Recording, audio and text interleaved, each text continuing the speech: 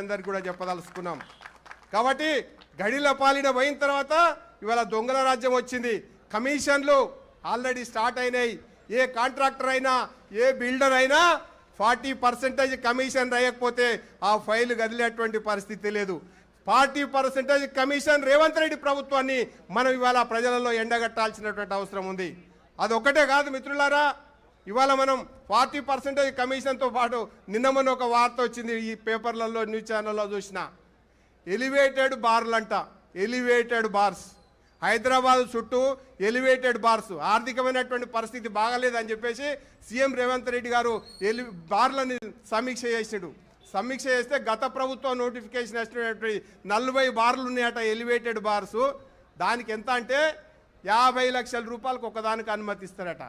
అంటే 40 బార్లకు ఎంత వస్తుంది? 40 బార్లకి 20 కోట్లు వస్తుంది. 20 కోట్లను కూడా సంపాదించడం ఎట్లా అని చెప్పేసి సీఎం సమీక్ష చేస్తుండు బార్ల ద్వారా ఆదాయం తెచ్చుకుంటేందుకు. అంతకుముందుకు ఏం చెప్పిండు? మొత్తం బెల్ట్ షాపులను రద్దు చేస్తానన్నాడు. ఎక్కడ రద్దు చేసినావు? ఒక్కొక్క పోలింగ్ బూత్ల 5 బెల్ట్ షాపులు ఇవాళ నడిపిస్తున్నాడు. అవి జాలే అన్నట్టు ఎలివేటెడ్ బార్లను కూడా ఓపెన్ చేయాలని చెప్పేసి ఆలోచన చేస్తూ ఉన్నాడు. ఇంతకంటే దౌర్భాగ్యమైనటువంటి పరిస్థితి ఈ రాష్ట్రంలో ఎప్పుడు కూడా ఉండదు. ఈ రకంగా కనుక పోతే యువకులు నష్టపోతారు, మహిళలు నష్టపోతారు, అనేక రకాలుగా రైతులు నష్టపోతూ ఉన్నారు. ఈ రాష్ట్రం రావణ కాష్టంలాగా మారేటువంటి పరిస్థితి ఉంది. కాబట్టి మనం ఈ దుష్ట కాంగ్రెస్ పార్టీ పైన, ఈ యొక్క రేవంత్ రెడ్డి నాయకత్వం పైన మనందరం కూడా ఖచ్చితంగా కాంగ్రెస్ పార్టీని ఈ రాష్ట్రంలో ఒక శనిగా నెత్తిలో పెట్టుకున్నాం. దీన్ని ఎప్పుడు తొందరగా దించుకుంటే అప్పుడే మన యొక్క సమస్యలు పరిష్కారం అవుతాయి. అందుకనే భారతీయ జనతా పార్టీ ఖచ్చితంగా మొన్న జరిగినటువంటి ఎన్నికలలో మాకు 8 సీట్లు 36% ఓట్లు ఇచ్చేసి మీరే ప్రధాన ప్రతిపక్షం, మీరే కొట్టాడగలుగుతారు, టీఆర్ఎస్ పైన అయిపోయిందని చెప్పేసి చెప్పడం జరిగింది. టీఆర్ఎస్ గురించి కూడా ఒక్క మాట మాట్లాడతా, రేవంత్ రెడ్డి భాషల్లే మాట్లాడతా. టీఆర్ఎస్ పార్టీ పరిస్థితి కూడా ఇవాళ బీఆర్ఎస్ పార్టీ ఏమైందంటే, రంగారెడ్డి జిల్లా మేడ్చల్ రూరల్ జిల్లా వారికి స్వాగతం చెప్తూ ఆ జిల్లా అధ్యక్షుని వేదికపైకి రావాల్సిందిగా కోరుతా ఉన్నా. రేవంత్ రెడ్డి భాషల్ని చెప్పాలంటే బీఆర్ఎస్ గురించి నిన్న మొన్న బీఆర్ఎస్ పార్టీ నాయకులు రోజుకో తీరుగా ప్రకటనలు చేస్తూ ఉన్నారు. మీరున్నప్పుడు ఏం చేసిరు అంత మర్చిపోయినరు. ఇవాళ ఒకటే ఒక విషయం, కేసీఆర్ కావచ్చు, లేకపోతే హరీష్ రావు కావచ్చు, కేటీఆర్ కావచ్చు, కవిత కావచ్చు, వీళ్ళందరూ కూడా ఎక్స్పైరీ మెడిసిన్ తోటి సమానము, వేరే అటువంటి ఆలోచనే లేదు.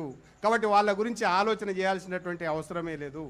కాబట్టి తెలంగాణ రాష్ట్రంలో యువకులకైనా విద్యార్థులకైనా ముందుండి నడిపేటువంటిది పార్టీ భారతీయ జనతా పార్టీ. యువకులకు నాయకత్వం వహించి ఈ యొక్క నిరుద్యోగ సమస్యని పరిష్కరించాలంటే ఉద్యమాల ద్వారానే పరిష్కరించగలుగుతాం.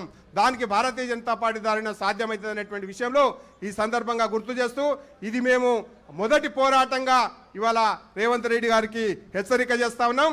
నీ జాబ్ క్యాలెండర్ అసెంబ్లీలో పెడుతున్నావు, అసెంబ్లీలో కనుక జాబ్ క్యాలెండర్ కనుక ప్రకటించకపోతే నిన్ను దిగ్బంధిస్తాం, నీ ఎంత కాడికైనా తగ్గిస్తామని చెప్పేసి ఈ సందర్భంగా హెచ్చరిస్తూ, 2 లక్షల పోస్టులకు ఒక్క పోస్టు తగ్గించినా కానీ నీ సంగతి చూస్తామని చెప్పేసి మాట్లాడుతూ, రెండవది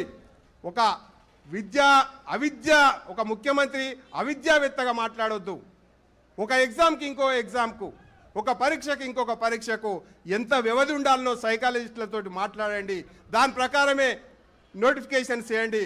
నిరుద్యోగుల మట్టి కొట్టొద్దని చెప్పేసి ఈ సందర్భంగా హెచ్చరిస్తూ, మనం ఖచ్చితంగా రాబోయే కాలంలో మహా ఉద్యమాలకు సిద్ధం కావాలని చెప్పేసి మిమ్మల్ని అందరినీ కోరుతూ, ఈ అవకాశం ఇచ్చినటువంటి యువమోర్చా రాష్ట్ర శాఖకు ధన్యవాదాలు తెలియజేస్తూ సెలవు తీసుకుంటున్నా.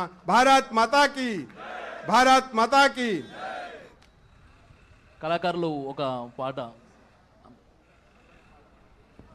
హలో సమ్మయ్య పాట.